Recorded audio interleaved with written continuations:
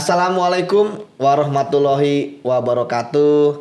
Rekan-rekan PHP dimanapun berada, kembali kita podcast lagi membahas isu-isu yang anyar dan viral. Jangan lupa untuk subscribe channel ini agar semakin berkembang. Kali ini seperti biasa kita membahas topik panas, yaitu Menteri Keuangan yang baru, Purbaya Yudi Sadewa. Nggak bosan-bosan kita kemudian membicarakan beliau karena namanya saat ini selain viral juga menjadi media darling, yang tentu sesuatu yang menarik karena dulu pakemnya seorang Menteri Keuangan karena bertugas menjaga stabilitas ekonomi, adagiumnya dipilihlah orang-orang yang tentu tidak kontroversi gitu kan, tenang dan lain sebagainya. Tetapi ini fenomena menarik dan sudah hadir sahabat saya, pengamat politik muda yang sering menghias di layar kaca dengan analisis yang tajam, Mas Iwan Setiawan. Siap Bang Yudi, biasanya kita yang harus wawancara beliau. Biasa jadi narasumber, sekarang siap aja kita, siap. Siap, terima kasih Mas Iwan. Langsung aja Mas Iwan. Dengan beliau bergerak ke sana, ke sini, di DPR, banyak kebijakan-kebijakan juga gitu kan. Dan saat ini saya katakan menjadi media darling. Itu gimana analisis dari Mas Iwan tentang Pak Purbaya ini? Sebelum ini perlu kita melihat juga pada fenomena sebelum demonstrasi itu terjadi pada bulan Agustus. Itu kan Menteri Keuangan pada saat itu termasuk menjadi sasaran kritik, bahkan jadi sasaran penjarahan. Itu menggambarkan bahwa publik juga sangat protes atau sangat tidak puas dengan kinerja Menteri Keuangan. Karena apa? Karena yang dihadapkan dengan publik adalah masalah pajak, masalah pungutan ini, pungutan itu. Itulah yang mencuat di publik, dan itu sudah menjadi ininya Ibu Sri Mulyani pada saat itu, sehingga masyarakat sangat antipati, sangat banyak kritik terhadap Menteri Keuangan pada saat itu, sehingga salah satu faktor demonstrasi kemarin itu kan adalah masalah penarikan pajak yang sangat luar biasa di benak masyarakat, sehingga protes keras muncul. Nah, keputusan yang diambil oleh Presiden Prabowo Subianto mengganti Menteri Keuangan pada saat itu menurut saya memang langkah besar. Kenapa besar? Karena pada saat itu memang Ibu Sri Mulyani kan sejak awal kabinet itu terbentuk, kan isunya Ibu Sri Mulyani tidak mau masuk kabinet. Tetapi karena ada beberapa hal di belakang itu, urusan politik dan sebagainya, Bu Sri Mulyani menjadi Menteri Keuangan lagi dengan untuk sekian kalinya. Berapa presiden ya, Mas? Dari SBY kemudian Jokowi, kemudian Prabowo Subianto di periode pertama ini. Nah, tapi memang isunya sejak pemerintahan Pak Jokowi, Ibu Sri Mulyani ini memang selalu beda pendapat dengan Pak Prabowo sebenarnya. Oke. Isunya seperti itu. Emang beda pendapatnya di mana? Mungkin beda pandangan, semacam beda ideologi ekonomi lah. Seperti itu. Bisa saja gimana? Mungkin kalau saya lihat, kalau Ibu Sri Mulyani ini pendekatannya kapitalisme, Pak Prabowo ini mungkin lebih ke sosialis kerakyatan lah. Jadi seperti itu ideologinya. Itu yang kemudian melahirkan istilah untuk melawan orang-orang yang serakah itu serakanomics. Muncul serakanomics, muncul istilah-istilah dari Pak Prabowo itu yang kemudian sampai hari ini masih dibahas. Nah, mengapa itu langkah besar? Karena memang istilah ini melawan arus besar ekonomi dunia lah. Kita tahu isu itu, mungkin nanti dibahas di isu-isu ekonomi soal itu. Tetapi kita mau lihat sisi politiknya. Iya, betul. Nah, ketika Menteri Keuangan ini diganti, muncullah nama Pak siapa? Ya, Pak Purbaya, Nah, Pak Purbaya ini Yudi Sadewa. Namanya mirip saya, ya, Yudi. mirip. Ada Beda Yudi nasib. juga. Ya gimana? Kenapa muncul Pak Purbaya ya? Karena memang selama ini, mohon maaf, saya juga nggak pernah kenal beliau ya. Iya. Kemudian ternyata beliau ketua LPS, ya Iya, kan? betul. Artinya jarang muncul di media. Betul. Nah, muncul beliau dengan gayanya. Bahkan pada saat awal diangkat sebagai menteri sudah mengeluarkan pernyataan yang kontroversi. Misalnya Target IHSG sampai 8.000 ya? 8.000 ya kan, kemudian target pertumbuhan ekonomi dan lain-lain. Seakan-akan ini orang muncul kok ngomongnya besar sekali dengan situasi ekonomi yang sangat tidak pasti seperti hari ini. Tetapi di kemudian hari, apalagi muncul pada saat itu kontroversi pernyataan anaknya ya kan, yang banyak menimbulkan protes juga. Dan beliau ini adalah salah satu menteri keuangan pertama yang begitu diangkat belum sampai 24 jam di demo, Pak. Iya, di demo. Kemudian kan sempat turun ya. Iya. IHSG kan. Nah, tetapi kemudian ini berbalik. Rebound situasinya. Justru Pak Purbaya ini mendapatkan dukungan besar dari masyarakat, mendapatkan simpati. Bahkan sekarang menjadi media darling ya kan. Kemudian di sosial media viral terus, dimanapun beliau beraktivitas di situ akan viral, ya kan? Beliau datang ke DPR, ya kan? Kemudian ke bank Himbara itu. Oh iya, betul. Kemudian kebijakan sebelum itu, misalnya memindahkan uang dari BI ke Bank Himbara untuk 200 triliun. Nah itu langkah-langkah besar yang menurut saya pada saat itu membalikan situasi.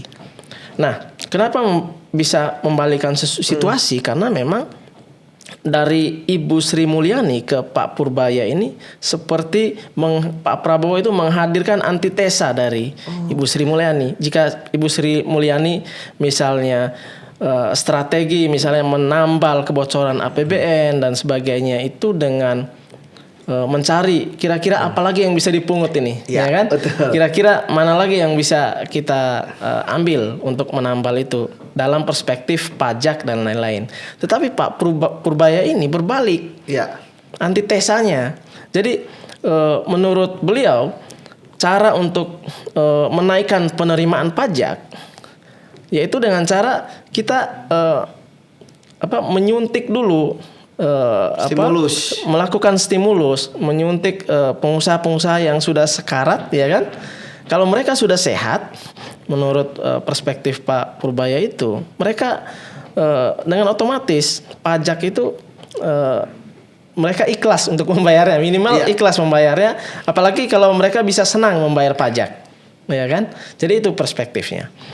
Nah, yang paling menurut saya mengagetkan juga.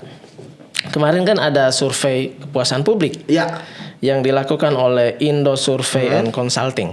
Walaupun kita IPR belum survei sendiri.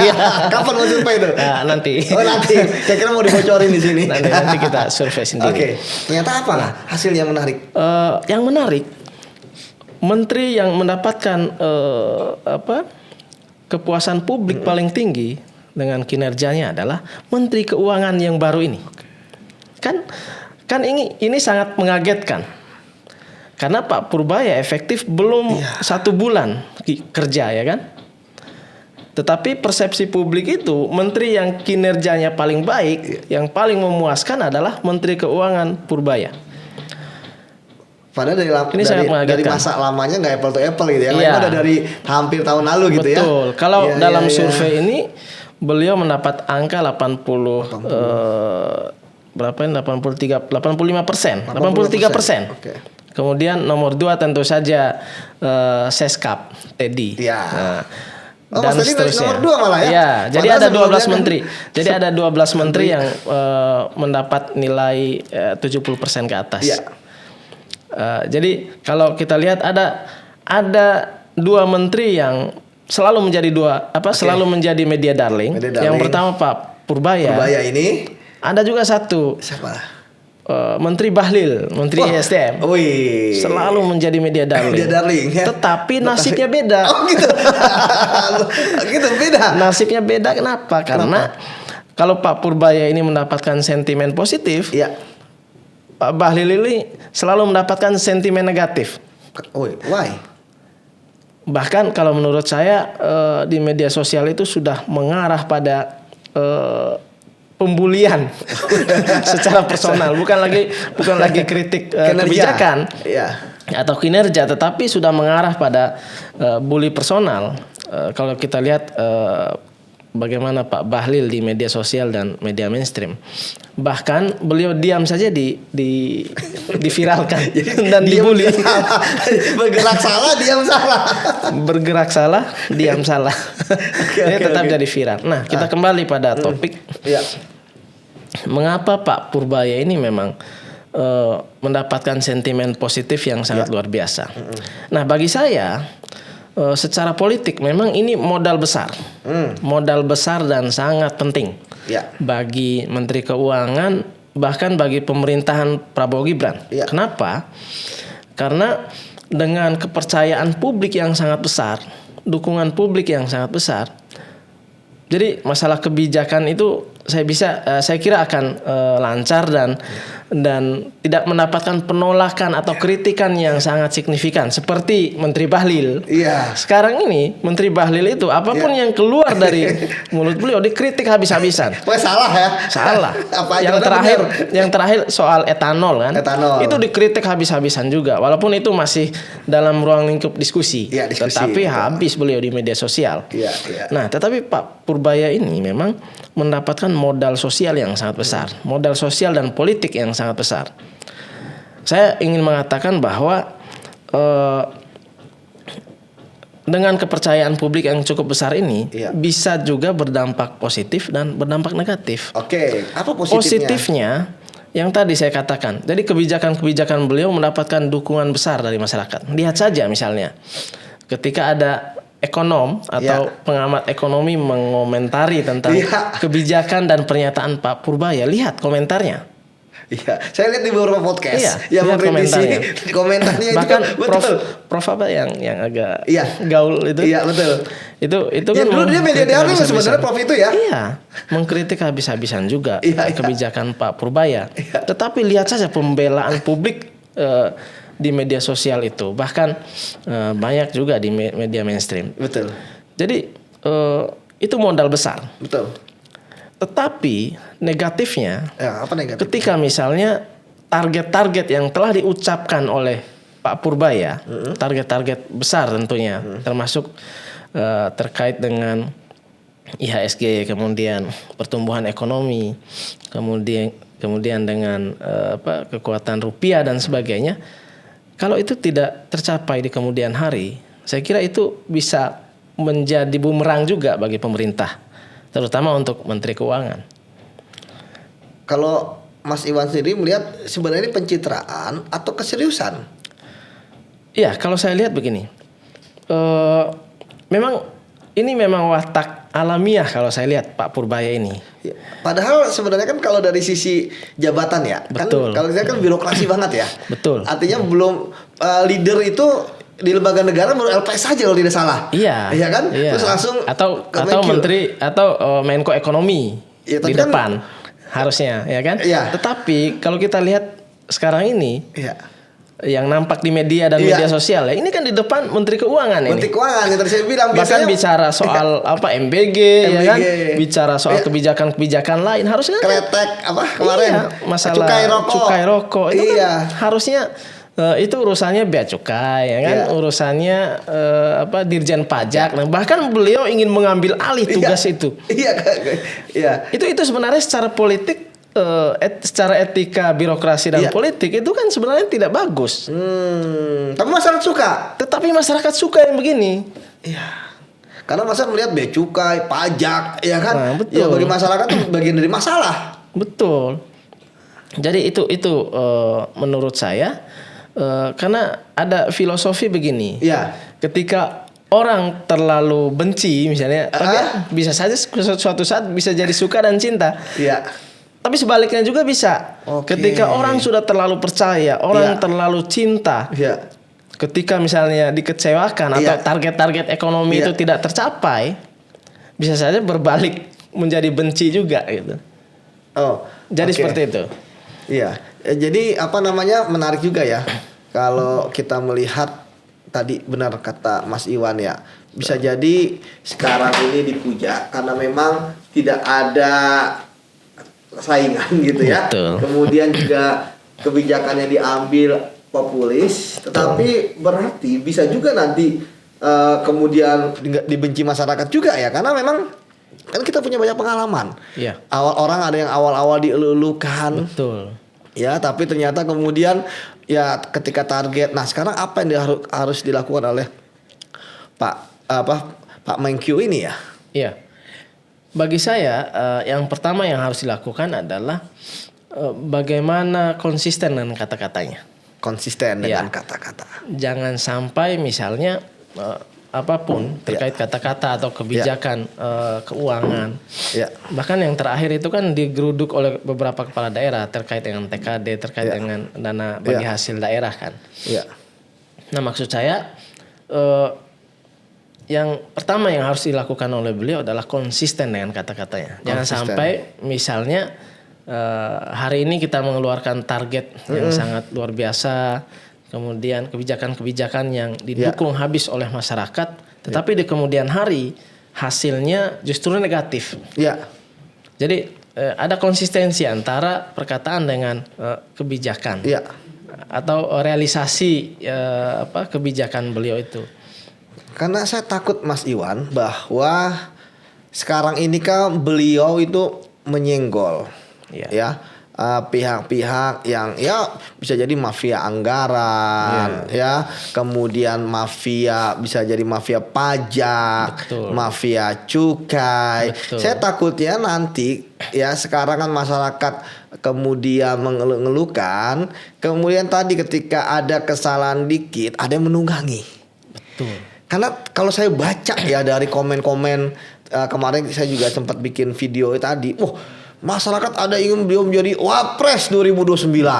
Ya, masyarakat ada ya seolah-olah beliau ini kan Betul. harapan baru gitu dari Betul. masyarakat. Dan juga yang menarik bahwa biasanya kan ketika masa lalu kan pemerintahan sebelumnya kan gak ingin ada kegaduhan dari menteri-menterinya. Lu jalanin aja nih tupoksi gitu kan. Iya, Nah, betul. sekarang ini kan dengan gerak sana gerak sini kan banyak yang disenggol. Iya. Artinya kalau kita lawan preman disenggol aja bacok. Apalagi mengganggu zona kenyamanan mereka. Gimana Mas Iwan? Jadi Pak Purbaya ini memang sudah berhasil menciptakan semacam arus besar. Oke, Arus besar opini publik. Ya.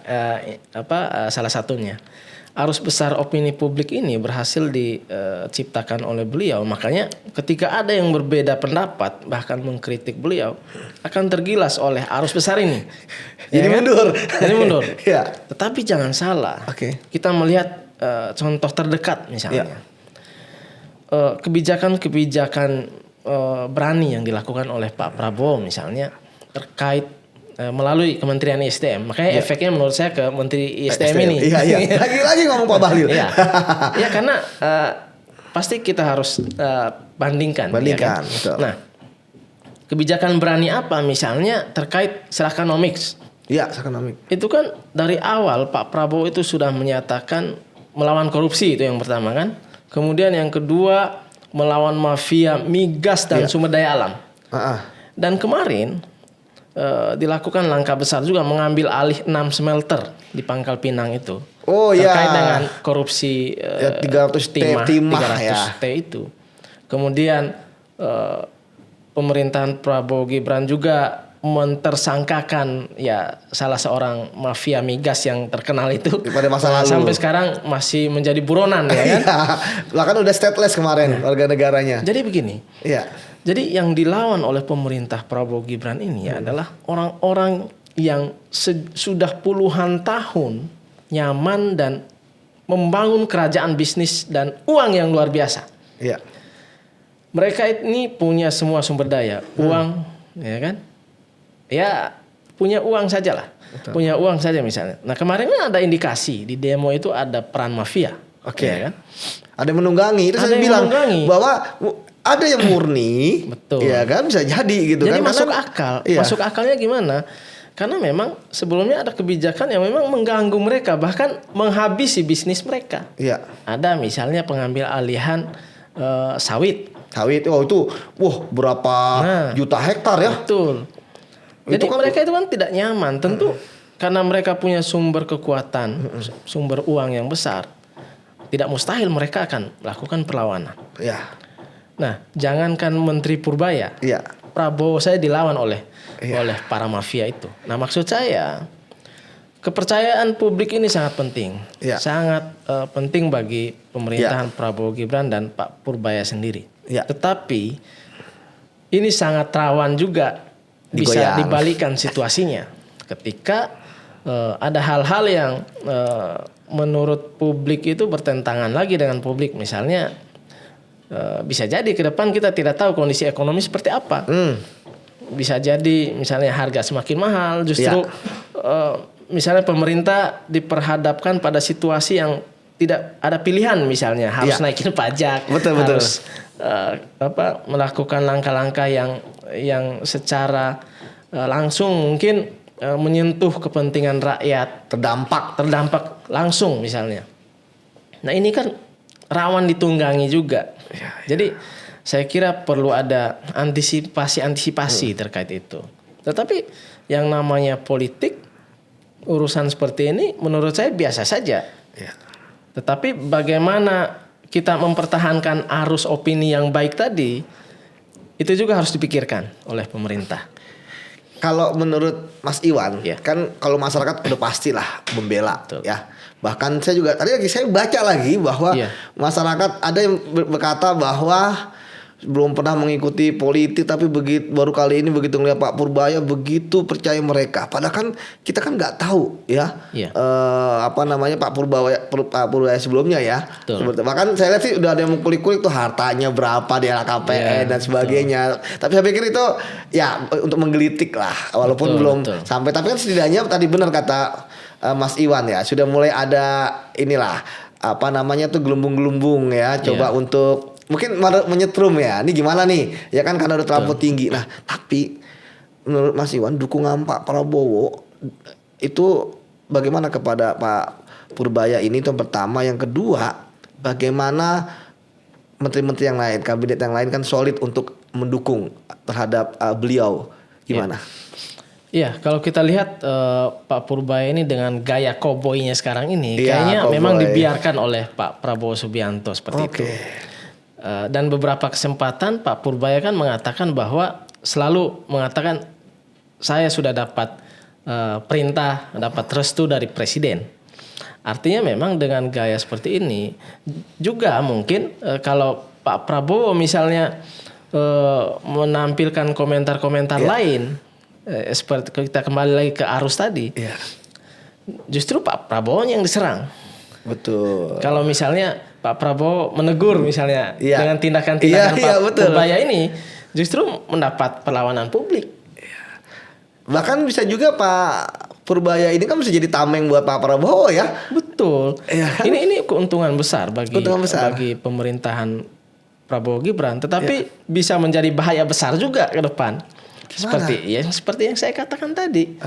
Jadi ketika misalnya target-target tidak bisa terpenuhi atau justru negatif, berbahaya. Jadi arus kekecewaan akan lebih besar. Lebih besar. Seperti tsunami datangnya. Tsunami. Makanya tapi gini ya Mas Iwan, Iya. kan tentu Mas Iwan kan konsultan politik juga ya. Siap. Istana kan pasti juga punya juga ya. Betul. Istana kan pasti juga ada yang analis media, Betul. yang melihat bagaimana positif dan sebagainya. Iya. Ya. Itu berarti sampai saat ini masih positif. Makanya kenapa saya lihat Pak Purbaya gas terus nih. Betul. Ya kan? Kalau kita lihat memang biasanya kalau di istana itu ada monitoring biasanya kan. Oke. Jadi dimonitoring semua nih menteri-menteri termasuk keseluruhan pemerintahan itu selalu dimonitoring. Bahkan kayaknya tiap hari itu akan ada laporan terkait gerak-gerik menteri dan sebagainya. Karena presiden penting untuk tahu itu. Nah, contohnya gerak-gerik yang kemarin-kemarin viral ya, misalnya main main mahjong atau apa gitu kan pasti nyampe ya. Pasti nyampe, semua pasti nyampe ke telinga dan mata Pak Prabowo itu. Misalnya ada viral, istilahnya ada surat ya Betul. untuk kepentingan pribadi itu nyampe ya. Intinya begini, ketika ada situasi dan bahkan kebijakan kebijakan yang mendapatkan penolakan besar dari masyarakat, itu pasti menjadi perhatian khusus. Apalagi viral, sekarang zaman viral ya. Kalau viral pasti no viral no justice. cepat nyampe. Iya cepat nyampe ya. Cepat nyampe ya. Makanya ada istilah no viral no justice ya kan. Betul. Jadi semua, apalagi presiden ini berkuasa penuh, punya mata telinga di mana-mana, ya kan. Jadi saya kira apapun gerak-gerik menteri dan sebagainya masuk dalam monitoring itu. Tapi monitoring itu kan selalu mencari misalnya 3 terbaik misalnya, atau tiga isu yang selalu menjadi perbincangan publik. Nah Pak Purbaya ini masuk di top isu terus. Iya, luar biasa. Masuk di top isu terus, makanya pasti dipantau oleh presiden. Makanya kalau saya lihat, menurut saya presiden masih menganggap ini positif. Positif bagi situasi nasional dan positif untuk pemerintah keseluruhan. Sehingga saya kira apapun langkah Pak Purbaya hari ini, selagi tidak fatal pasti mendapatkan dukungan dari presiden. Dari presiden ya. Kemudian Nah, kalau dari menteri-menteri apakah jadi pesaing gitu kan? Tentu saja. Iya. Urusan kabinet ini kan ya, walaupun kabinet ini terdiri dari koalisi yang sudah sepakat dan sepaham, tetapi yang katanya solid. Betul. Tetapi kita harus ingat, di dalam dunia politik itu tidak ada teman yang abadi atau teman akrab lah. Tidak ada teman akrab itu. Kemudian tidak ada juga musuh yang abadi. Masalah kepentingan. Tentu saja secara politik viralnya Pak Purbaya ini top number one-nya Pak Purbaya di setiap isu jadi leading. Saya kira tentu akan mengganggu yang lain. Mengalahkan ketum-ketum lagi. Oh, ketum-ketum kan berapa banyak ketum jadi menteri kan? Iya. Ketum-ketum yang jadi menteri bahkan jauh di bawah Pak Purbaya dan Seskat Teddy di survei-survei atau di monitoring selalu mereka yang menjadi top isu. Ya. Jadi saya kira efek politiknya ada juga untuk internal menteri dan sebagainya kan. Apalagi di bidang yang serumpun, misalnya ekonomi. Oh iya. Akhirnya kan yang membidangi ekonomi kemarin kan selalu tampil Pak Erlangga ya kan. Iya. Zulkifli Hasan. Iya betul. Kan? Walaupun Pak Erlangga sudah mantan ketum ya. Iya. Sekarang ketumnya di SDM. Tapi jadi media darling juga itu Pak Ketum Golkar itu. Iya. Tapi kalau menurut saya Ketum Golkar itu bagus persepsi publiknya sekarang walaupun agak negatif ya. Tetapi saya kira beliau itu hanya perlu satu momentum untuk kemudian membalikkan situasi. Misalnya mengizinkan impor. Lagi rame tuh. Jadi ada sesuatu mungkin ya kayak Pak Purbaya mengambil langkah besar yang kemudian benar-benar dirasakan dan diapresiasi oleh masyarakat. Karena publik Indonesia kan mudah lupa ya. Mudah lupa dan mudah cinta. Jadi ketika kemarin dianggap jahat, bisa jadi sekarang dianggap baik. Oh iya. Yang kemarin dianggap baik, sekarang bisa jadi jahat. Betul. Bu Sri Mulyani kan juga dulu kan diidolakan tuh. Betul. Di masyarakat. Ibu Sri Mulyani itu sangat saya juga termasuk yang mengidolakan beliau. Kita juga mengidolakan beliau. Siapa Menteri Keuangan wanita lagi kan masuk di lintas pemerintahan. Betul. Gitu. Luar biasa. Dan menarik kan gini. Ya kan Bu Sri Mulyani kan diterima semua bahkan di luar negeri. Betul. Artinya ketika beliau datang ke luar negeri ada pertemuan ekonomi ke IMF, World Bank ataupun sebagainya. Kan udah kenal Bu Sri Mulyani. Betul. Tapi ini kan Pak Purbaya kan muncul nggak tahu dari mana ini. Nggak tahu dari mana. Muncul tiba-tiba kayak Superman. Nah, kembali lagi kan beliau ini kan nggak punya yang dikatakan oleh Mas Iwan ya, ada ketum-ketum partai KB kan beliau ini kan nggak punya kekuatan politik ya. Betul, mungkin kayak itu juga kayak salah Pak satu Bahlil kan ya mau apapun terjadi ketum partai. Betul. Ya kan masih kuat. Yang terbesar lagi kedua setelah PDIP ya, dan terbesar di kabinet, benar nggak? Betul. Kan di Golkar kan kabinet nomor dan parlemen. kabinet dan parlemen ya, yang mendukung pemerintahan. Mungkin kalau beliau bukan ketum partai sudah lama di reshuffle, Pak. Ya kayak kemarin aja ada 2 orang main mayong. Betul. Satu lewat. Tetapi saya dapat info juga, Pak. Gimana? Dapat info Pak Bahlil ini adalah salah satu menteri yang disayang juga sama presiden. Ya. Karena apa? Kalau menurut saya memang kalau secara objektif nih, kita tidak memandang sesuai dengan isu yang beredar di media sosial ya, di publik kan negatif semua itu. Tetapi ada juga saatnya kita harus melihat secara objektif. Kenapa Pak Bahlil ini isunya disayang juga oleh presiden? Iya, Karena apa? Karena kan beberapa target Pak Prabowo terkait dengan kinerja di ISDM itu selalu cepat tercapai. Gerak cepat. Ya. Kemudian tapi berbeda dengan publik ya. Mungkin nggak kelihatan. Bekerja dalam sunyi. Ya. Bekerja dalam sunyi. Yang nampak malah negatifnya. Negatifnya. Padahal kerja lain yang diapresiasi presiden ada. Ada. Mungkin kalau pakai bahasa intelijen kedap ya. Betul. Belum lagi terkait tambang-tambang ilegal. Oh iya, itu tuh banyak tuh yang diambil alih lagi ya. Banyak yang diambil alih. Betul. Kemudian ada kemarin 190 izin atau iup tambang beberapa perusahaan, 190 perusahaan itu kan diberhentikan sementara. Iya. Karena mereka belum memenuhi kewajiban kepada negara. Nah, yang begini-begini ini tidak sampai di telinga publik. Iya. Kalau saya bisa katakan Pak Bahlil ini adalah salah satu menteri yang bisa menerjemahkan keinginan presiden dengan baik. Oke. Tetapi yang nyampe di publik malah hal-hal negatifnya. Nah, inilah menurut saya. Iya. Tapi menurut saya itu bukan tanpa alasan. Kenapa? Kenapa Pak Bahlil ini menjadi sasaran tembak? Iya. Yang pertama, beliau ini ketum partai besar. Oke, Golkar. Yang sering berganti. Ya. Dan tapi siapapun yang menggantinya, kekuatan Golkar itu aja. Betul. Nggak pecah, ya kan? Kalau ada yang bilang Golkar ini memang partainya pemerintah. Oke. Siapapun ketumnya, komisaris utamanya tetap yang berkuasa. Yang berkuasa, Gitu. betul. Tetapi kita ingin membahas mengapa Pak Bahlil ini selalu menjadi sasaran tembak. Iya. Yang tadi ketum partai. Yang kedua, beliau ini kan orang dari timur. Yang gayanya itu kan ya sama aja sebenarnya kayak Pak Purbaya ini. Belak-belakan ya kan, langsung tembak ya kan, gerak cepat. Tetapi tidak populis positif seperti Pak Purbaya, justru populis sentimen negatif. Nah, tapi itu tidak masalah. Tidak masalah bagi saya. Makanya tidak masalah juga bagi presiden. Iya, presiden. Ya kan? Kalau masalah sudah lama di reshuffle, Pak. Betul. Nah, itu yang pertama. Beliau ketua partai. Kemudian Menteri ISDM. Menteri ISDM ini adalah kementerian yang paling basah. Ya. Sumber duit itu di situ. Makanya apapun kebijakan terkait tambang, terkait bahkan yang kemarin terakhir pengambil alihan tambang, tambang ilegal dan sebagainya.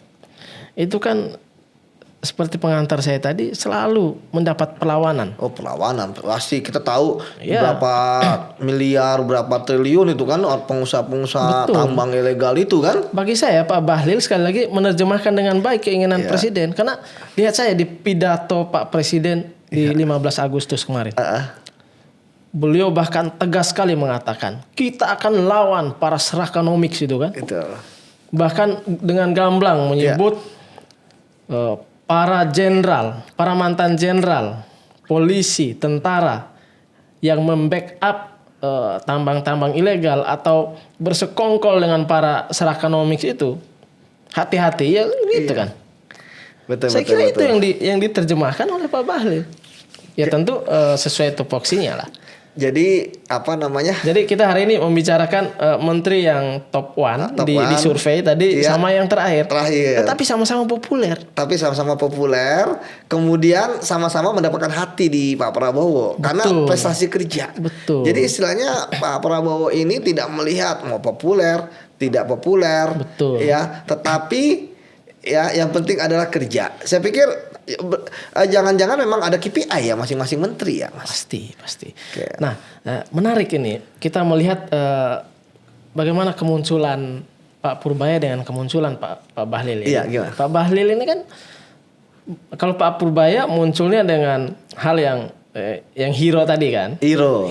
Karena dalam posisi Indonesia demo besar-besaran, Betul. habis kerusuhan. Betul. Ya, itu kan memang pada saat itu dalam kondisi gitu kalau kita bicara teori sosial kan membutuhkan figur. Betul. Ya. Nah, Pak Bahlil ini muncul kan sebelum kabinet ini terbentuk juga. Iya. Kemudian ada yang kedua momentum. Saya bicara momentum kemunculannya. Nah, yang pertama itu beliau muncul waktu itu saat menjadi ketum Golkar lah. Iya. Beliau berpidato tentang Raja Jawa. Ya, Iya, itu kan menjadi. Jadi Iya, Pak. Raja Jawa itu soal momentum siapa Raja Jawa?